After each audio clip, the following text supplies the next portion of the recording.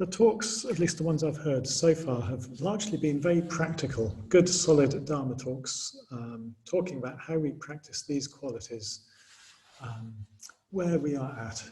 So, for example, I remember Abhayanara talking about the perfection of giving, and he was talking about the tension that we might feel when part of us wants to give and part of us feels resistance to that. And that is the kind of practice, the kind of area that a lot of us are going to be practicing most of the time, where there's parts of us that want to behave in a certain way and other parts that don't want to behave in that way. Just dealing with the everyday condition of us, if you like. And I could give a talk on the perfection, well, I could give a talk on developing wisdom in that same way, which would be very useful. We could talk about how we study the Dharma. We could talk about how we reflect. Someone once asked Sangharakshita how they could be as wise as him. And he said, reflect on everything that happens to you. So we could talk about the way that we can reflect on our life. And we could talk about how to, in particular, contemplate the three lakshanas, the three marks of conditioned existence. Especially in meditation.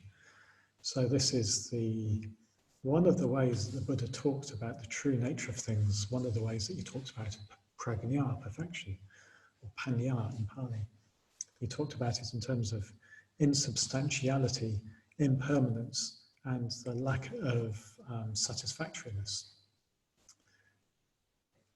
So we could talk about all that good stuff, and it would be a very good thing to do. But I can't quite bring myself to do it because the perfection of wisdom has a special connotation, has a whole meaning, and also a whole, you could say almost a cult. There's a whole development of perfection of wisdom literature and a perfection of wisdom goddess that arose. And I would like to try and touch on that if I can. And another reason to talk about the perfection of wisdom rather than cultivating wisdom in our everyday life is to come back to this language of the perfections. We've talked about the paramitas, the perfections. What makes them perfect is the perfection of wisdom. The other qualities, the other practices of generosity and ethics and so on become perfected when wisdom is perfected. And in one of the very early perfection of wisdom sutras, the Buddha talks about the paramitas. He talks about the first 5 of them as like being 5 blind people. And the perfection of wisdom is a sighted person who can lead the blind people. So only when wisdom is perfected do all the other qualities become perfected. So this is a Mahayana development. This language of the 6 perfections is a Mahayana, a later development from the early Buddhist school, which kind of replaces the Noble Eightfold Path that we had in the early teachings. So I am going to try and talk about the perfection of wisdom. And I think the first thing I'd like to do is invoke the goddess of the perfection of wisdom, the goddess Prajna Paramita, because I'll need all the help I can get. Om Namo Bhagavati Arya Prajna Paramitaya. Om Namo Bhagavati Arya Prajna Paramitaya. Om Namo Bhagavati Arya Prajna Paramitaya. We'll talk a bit more about the goddess later. So we'll try and talk about this in terms of what is the perfection of wisdom, why is it important, and how do you practice it? So if I were to follow the example of the perfection of wisdom literature, I wouldn't actually tell you what it is. They talk a lot about the perfection of wisdom in the sutras, but they never actually tell you what it is. They tell you how marvelous it is. They tell you how to worship it. They weave lots of weird and fantastical stories about it, but they leave it undefined. And this is kind of appropriate, really, because it is the realm of the indefinable. It is the realm of inconceivability, you could say. And that makes it very difficult to talk about. But anyway, I'll have a very quick bash.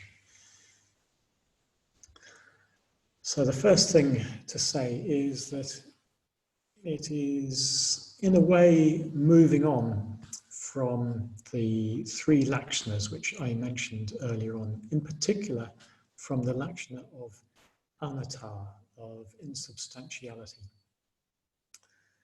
So anatta is usually translated as not self, and it's usually understood as being the lack of any fixed nature to our own self, the way that we think of ourselves as some kind of entity that was born all that time ago and is going to carry on through life and end at a certain time. It's like there's a thread, a sort of a steady essence that runs right the way through the middle of our life. So it's saying that that's a wrong understanding. In fact, the way that the Buddha talked about anatta, insubstantiality, he said, Sabbe Dhamma anatta, which means all dhammas are without self. So all experiences, all phenomena. So in principle, that's pretty wide-ranging already. But over time, it seems as if it did get narrowed down in scope a little bit, even to the idea where it becomes easy to think of someone who has attained anatta, which, if you think about it, isn't very coherent, really. So the Mahayana tradition, this later Buddhist tradition, developed anatta into, well, it kind of morphed into something which we could call, well, which they call shunyata, emptiness. So you've probably come across the language of emptiness. It's not a great translation, really. I prefer ungraspability. So what emptiness means in a nutshell is that anything at all is empty of inherent existence, empty of essence, you could say. All of our experience is seen as being ultimately empty of essence, empty of any fixity, because it is conditioned. Emptiness is a consequence of conditioned arising, conditioned co-production. Now, I'm not going to unpack that because that is a very big subject. So I'm just kind of putting it out there for you to try and explain emptiness and conditioned co-production. Even if I was capable of doing it, is not the work of a quarter of an hour. So I'm going to park that one. But basically, the target of the idea of emptiness, or the experience of emptiness, is any concept. So in our life, we need working models. From the very early years, we are taught the names of things. You know, Mummy points out this thing and says doggy and cat and moo cow or whatever it is. So we are taught labels, and we learn how things work. We're taught how things work. And throughout our life, we're developing more and more understanding of the world around us, more and more labels to apply to things, and of course the labels that we apply to people, Vajrapriya, laptop, or whatever. And of course we need that. Of course that's important. We need to be able to navigate our way through life. The trouble with having concepts, we can call these concepts or models, is that we tend to take them too literally. As soon as we can give a name to something, the name stays fixed. So I have the name Vajrapriya, and that stays fixed, or at least it has been since I've been ordained. And all of our working models of how the world works, whether it's sort of physics or politics or just understanding how to open the door, they also remain fixed. And we take them too literally, and we forget that they're just maps, that they're maps of our experience. They're not the territory of the sort of naked sense experience. We think they're the reality. So they're filters that we project out onto the world to understand it, which is helpful, and it limits us, because filters necessarily limit. So to the extent that our labels and our models work, to the extent that other people agree with them, we call them, or the Buddhist world, we call them conventional reality. Conventional reality, in other words, it's real because it is a convention that other people agree with. So the thing is, these concepts, they belong to us. They don't belong to the world. They don't belong to the torrent of sense experience that comes in. The concepts are our way of organizing that. So what we think of the world, or what we think of as things, are phenomena plus the label that we put on top of them. Ultimately, those concepts, those labels, are inadequate to the experience that we are having. Ultimately, they're empty of essence. They are ungraspable. So it's very easy to give me a name, give me a label, and we can even work in a few other political labels, like sort of white and cis and all these other things that I don't quite get my head around. But those labels aren't fully adequate to this experience here. What the perfection of wisdom is doing is cutting away these concepts. It's saying they're okay as far as they go, but ultimately they are not real. The ultimate nature of anything is shunya, is empty. And it's not just things, it's ideas, it's working models, and that includes Buddhism. That includes everything we call Buddhism. It gets caught up in this. This is what Sangharakshita calls the transcendental critique of religion. We don't stand on any firm ground of even Buddhist doctrine. That all gets cut away in, for example, the Heart Sutra, which we'll look at in just a moment. This isn't actually so different from early Buddhism, in fact. The very earliest layer of Buddhism, it did seem as if the Buddha didn't present much in the way of conceptual models. And there's one fairly famous sutta called the Honeyball Sutta, where some rather argumentative fellow asks him, "What do you teach? What do you assert?" And the Buddha says, "Friend, I assert and proclaim such a teaching that one does not quarrel with anyone in the world." One does not quarrel with anyone in the world.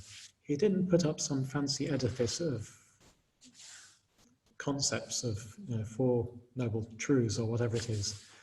It's just simply the not holding to anything such that you end up arguing. And this is very much where the Prajnaparamita takes us. It cuts away all of our attachment to our hard-won understandings. It's symbolized, if you like, by Manjushri's sword. You might have come across Manjushri, the Bodhisattva of wisdom, and he holds a sword like this above his head, which cuts through duality, cuts through ignorance. And indeed, the Vajra itself is a cutter. There's a famous Prajnaparamita sutra called the Vajra Cutter, the Vajrachedika. So all of Buddhist understandings get binned in the Prajnaparamita. They're understood as conventional truth, useful, right view. Sangharakshita calls this right view. But perfect wisdom is the seeing of the right view directly, intuitively, without concepts.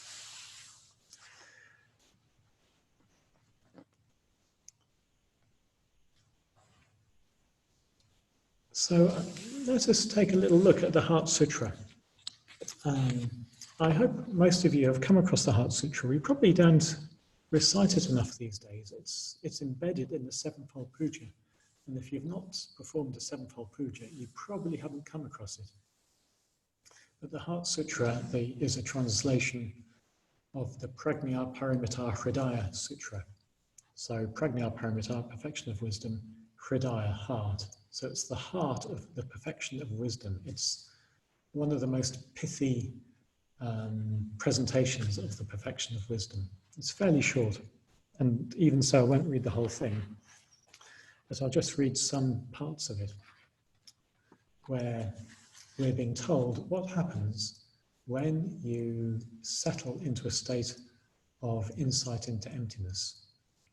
So this is Avalokiteshvara talking from the perspective of emptiness. He says, so in emptiness, no form, no feeling, thought, or choice, nor is there consciousness. So you may recognize these as the 5 skandhas, the 5 components of conditioned existence of the psychophysical organism that we usually hold on to. So he's saying those don't have any ultimate essence. In early Buddhism, they were thought to be kind of real. In fact, the Buddha even said they're kind of real, but the Prajna Paramita says, no, they are all empty of any essence. Then it goes on, no eye, ear, nose, tongue, body, mind, no colour, sound, smell, taste, touch, or what the mind takes hold of. So these are the 18 sense dhatus, the 18 sense bases, which is an early Buddhist conception of how perception comes about. So we have a sense object, this meditation cushion which you won't be able to see. We have a sense organ, which is the eye, and sense consciousness. And when they come together, we have a moment of contact. But this is saying, no, those are all empty. You can't hold to those either. And then it goes on. It gets a bit more challenging. No ignorance or end of it, nor all that comes of ignorance. No withering, no death, no end of them. So here's another Buddhist list, or an abbreviated version of a Buddhist list. Maybe you recognize the beginning and the ending of the 12 cyclic nidanas here. Ignorance, ground to old age, sickness and death, it's usually called. He's talking about it as withering and death. So those are all seen as being empty. They're all empty, there's no essence of them, and there's no end of them. There's no end. There's no withering, there's no death, and there's no end of them. Nor is there pain, or cause of pain, or cease in pain, or noble path to lead from pain. Do you recognize the 4 noble truths there? They have just been ditched. Well, not exactly ditched, but they're seen as being empty. Those are our ideas, those are our concepts. They don't describe the actual reality. Okay, and now it gets even more challenging. Not even wisdom to attain. Attainment too is emptiness. So isn't this the whole point of what we're trying to do? We're trying to develop wisdom, we're trying to attain to wisdom so that we wake up and gain awakening, gain enlightenment. And the Heart Sutra is saying those also are empty. Attainment too is emptiness. Maybe the most controversial statement in the Heart Sutra, and for most of us it's not very practical, but at some point in our practice we have to take this seriously, especially when something like attainment is happening and we start grasping after it. Attainment to is emptiness is saying that from one perspective, everything we could ever want, everything we could ever need is present right now in this awareness. All the jewels of awakening are present in this awareness. We don't have to go grasping after anything else.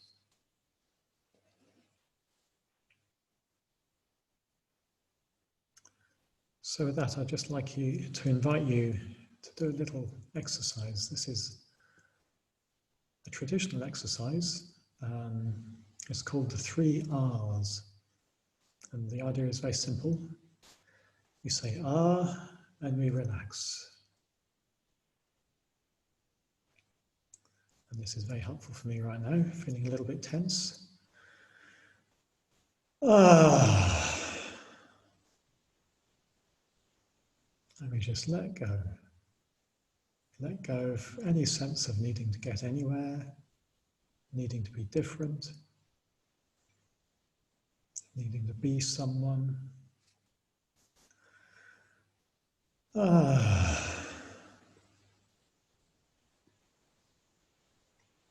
Just this.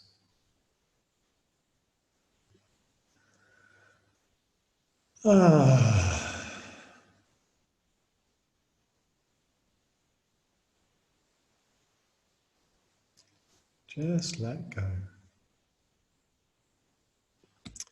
That's better. Good, okay. So, then the final bit I want to mention from the Heart Sutra, it goes, so know that the Bodhisattva, holding to nothing whatever, but dwelling in prajna wisdom, is freed of delusive hindrance, rid of the fear bred by it, and reaches clearest nirvana. Holding to nothing whatever. I want to emphasize the holding to nothing whatever. And we'll come back to that. But I'll move on to why. Why is this significant? Why is the prajna paramita important? And it comes down to this holding to nothing whatever. We can say that the whole path, the whole Buddhist path, is about letting go. So if we go back to our 4 Noble Truths, which are conventionally useful, even if ultimately empty, the second Noble Truth says that the cause of all our suffering is clinging, is craving. The third Noble Truth says that if we stop the clinging, if we stop the craving, then the suffering stops. So why don't we just stop clinging?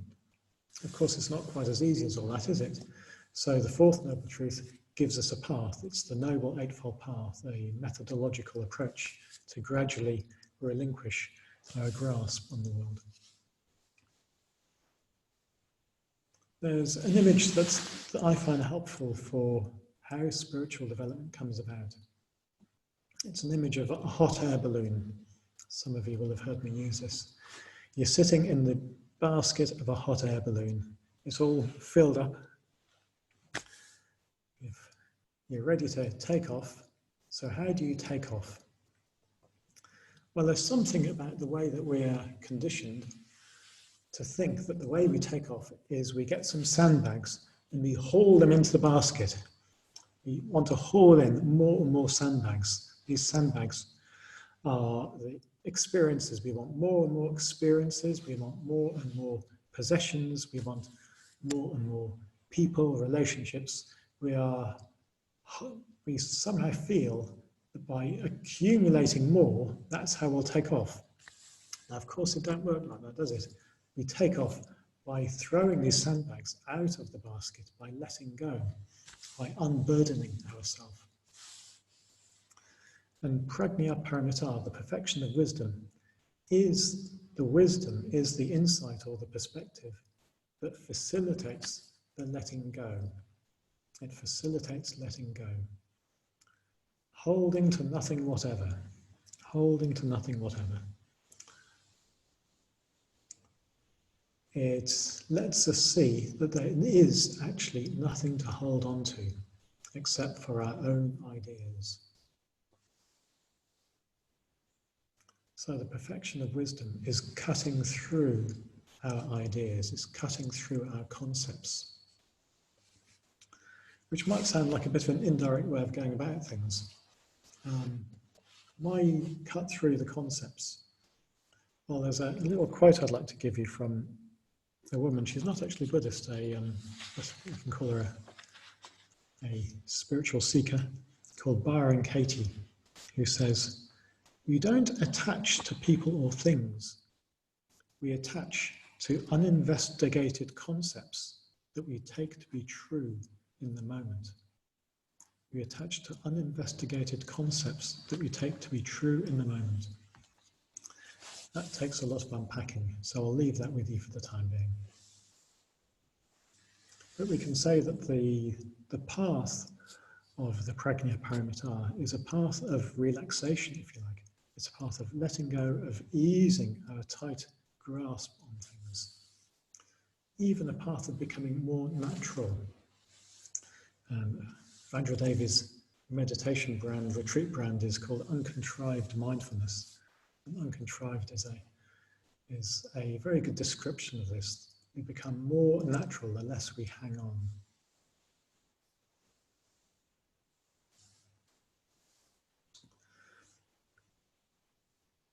The Prajna Paramitā also works by bringing us to a point of complete bemusement. Complete bemusement.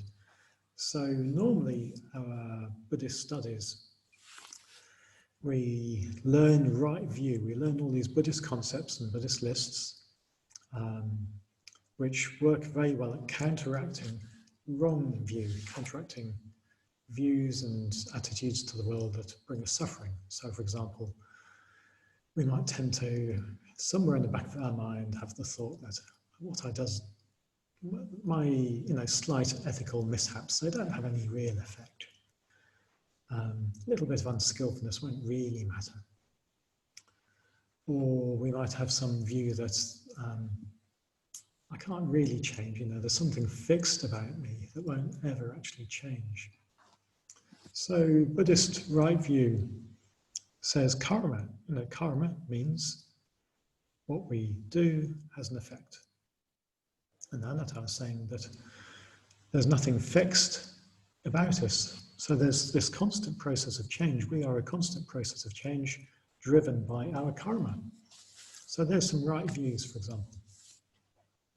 And one way of reflecting in Buddhism is we sort of start with these right views and we try and work towards them. We try and reflect on them and see, is this true? I'm working towards this. Is karma true? Can I see that in my experience? It's like we start with the answer at the back of a book. We've got a maths book and we look to the back to see what the answer is. And then we look at the question and see, can I work from here to there? The perfection of wisdom almost works from the other way around. It just cuts through everything. It cuts through all of our Dharma understandings, all of the Dharma truths, all of our other understandings as well. And it leaves us completely open. It leaves us with no idea about what's happening. We drop everything. And then the question is, how is it? How is it? How is myself appearing? So let's do a few more R's. How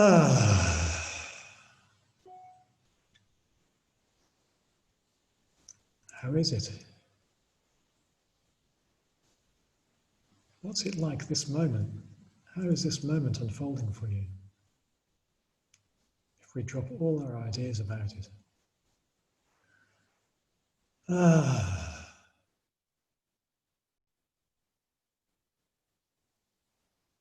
Just this.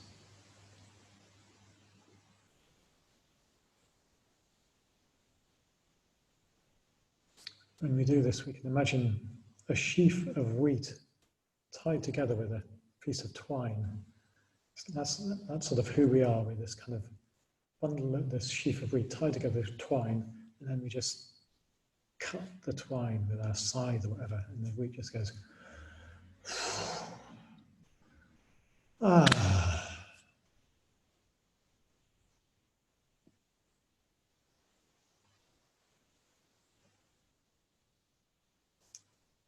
Who do you take yourself to be right now?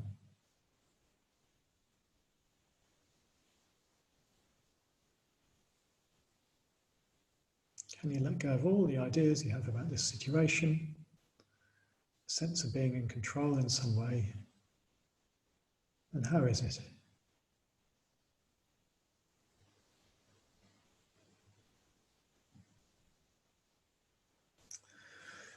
Okay, let's move on.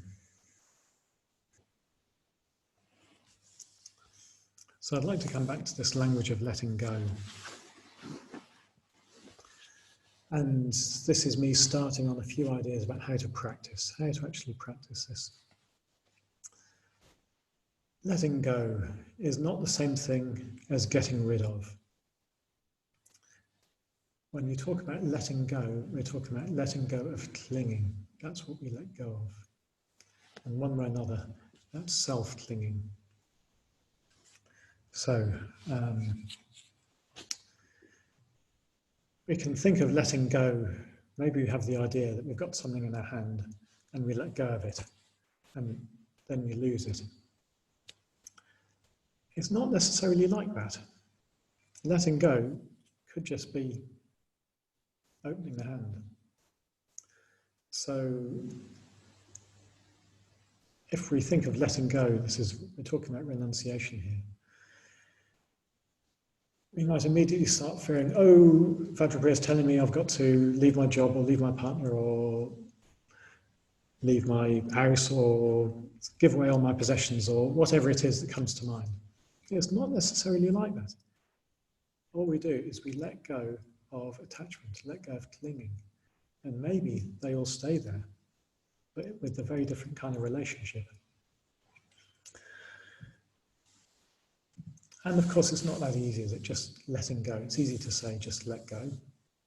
But how do you actually do that? It's a not doing. It's not a doing, it's a not doing. And that doing is deeply conditioned. I remember doing a lot of letting go practice when I was on retreat with some friends in Spain. And it became a standing joke that we say, I'm letting go as hard as I can. And that's not quite the spirit. So the invitation when we let go, we make an initial invitation to relax whatever can be relaxed. So let's do that now. So we can have another R and we just relax whatever wants to be relaxed. In the body, probably in the mind. Whatever can be let go of, we let go of. And then we let be whatever's left. Whatever we're left with, which is probably a sense of me sitting here, giving a talk, listening to a talk, having these thoughts and feelings, whatever's left, we let that be in awareness without resistance. And then over time, maybe we find more we can let go of. So that's number one, letting go. Number two, very practical thing, is make sure you do some just sitting in your meditation practice. At the very least, at the end of a meditation practice, just let go. Stop doing for a little while. Just touch in to a sense of, this is enough. This is enough. A timeless moment.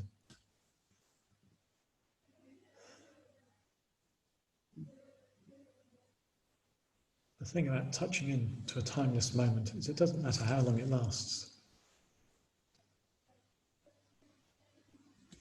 That's number two. Number three, don't believe your thoughts. Thoughts aren't facts. Of course, that's easier said than done as well, but at least see the extent to which we're invested with our thoughts, the extent to which we believe and entertain our thoughts. But what are they actually? What is a thought actually? Look, take some time in meditation to look at what is a thought. What makes one up? Where does it come from? Where does it go? Probably start with the less emotionally charged ones. Get familiar with that. And then when an emotionally charged thought comes up, look into its heart. What's it made of?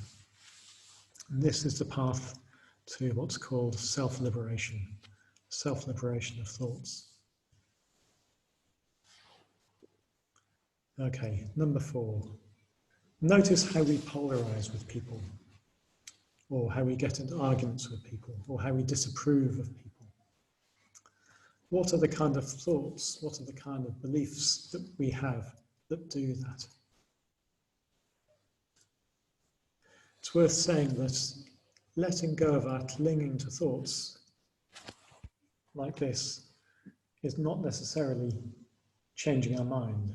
It's not necessarily completely eradicating that belief system or that value that we have. It means that we're not holding it so tightly that we can't empathize with someone else. We can't empathize with someone else's point of view. And it's worth bearing in mind that in Buddhism, there's no justification for a negative mental state. So if we find ourselves getting angry, if we find ourselves getting aversive, arguing with other people around opinions and beliefs, we're holding on too tightly. The Dharma is not going to support us in that, even if it's about climate change or about Black Lives Matter or whatever it is. If we are generating a negative mental state, we are attached to our belief system.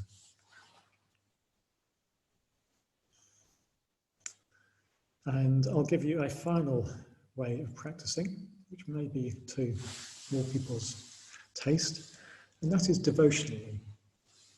So I mentioned that the Prajna Paramita developed into a goddess, you could say, developed into the Sambhogakaya. So I think what we can imagine here is if we do enter deeply into this kind of contemplation of emptiness, what we meet isn't empty, isn't nothing.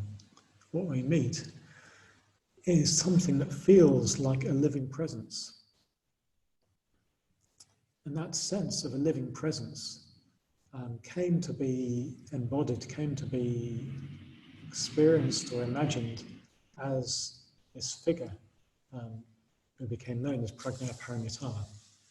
Now I'll just see if I can share an image with you of Prajna Paramita.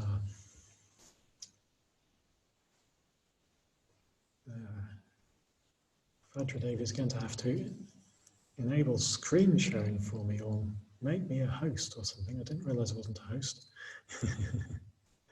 Okay, maybe we don't have an image of Prajna Paramita.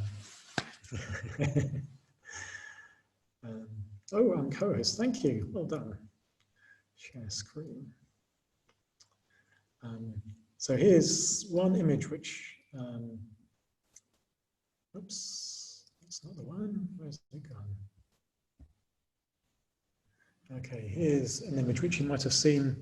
It's a famous Javanese sculpture, and there's a copy of this at Adhisthana. Here she is, the goddess of the perfection of wisdom. You can see that what we have here is a book of the perfection of wisdom on a lotus. And she's giving the mudra of teaching. And let's see if I can show you another one. Is this going to work? Apparently not, okay.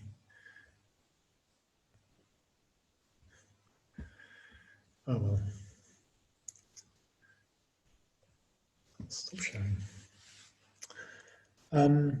So yes, she is called the goddess of the perfection of wisdom, and unlike most of the Buddhas and Bodhisattva figures, she's not a youthful 16-year-old. She's a fully mature woman because she has given birth to all the Buddhas. She is the mother of all Buddhas.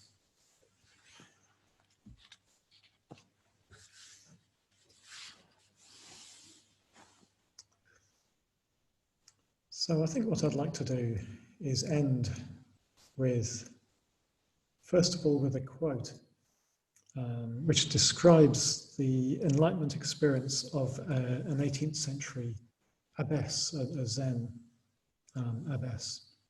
And then I'll chant the invocation again to Prajna Paramita.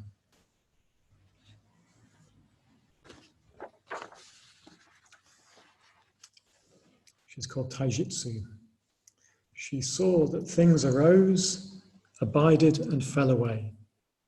She saw that knowingness arose, abided, and fell away. Then she knew that there was nothing more than this, no ground, nothing to lean on stronger than the cane she held, nothing to lean on at all, and no one leaning.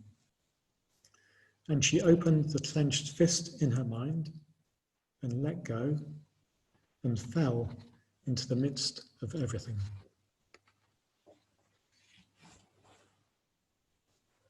Om Namo Bhagavati Arya Prajna Paramitaya.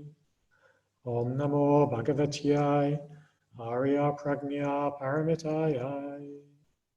Om Namo Bhagavati Arya Prajna Paramitaya.